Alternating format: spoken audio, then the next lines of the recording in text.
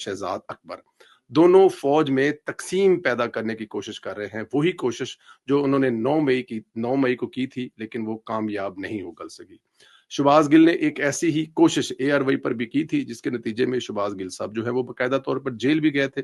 फिर केस चल रहा था, नाम ईसीएल में था, तो एक बदनाम में जमाना जज अतर मिनल्ला साहब ने अपनी जिम्मेदारी पर, अपने रिस्क पर बाहर भिजवा दिया। हालांकि वो पता क्यों बाहर भिजवाया था, उसको पता था कि ये कभी वापस नहीं आएगा, लेकिन इसके बावजूद उसको बाहर भिजवा दिया गया था। क्या आप जानते हैं शहजाद अकबर को अतर मिनल्ला ने ही बाहर भिजवाया था? दोनों को रियासत पर प्रेशर डालकर अतर मिनल्ला साहब ने मुल्क से बाहर भिजवाया था। अब दोनों भारत के साथ गठजोड़ कर प्रोपेगेंडा कर रहे हैं। फौज के हवाले से इंतहाई घटिया मुहिम जो इस वक्त कर रहे हैं, इसके जिम्मेदार वही इमरान दार साबिक जज हैं, जिसने इन दोनों को बाहर भिजवाया था। रियासत चेक करे कि इसके पीछे क्या अब भी वही हाथ तो नहीं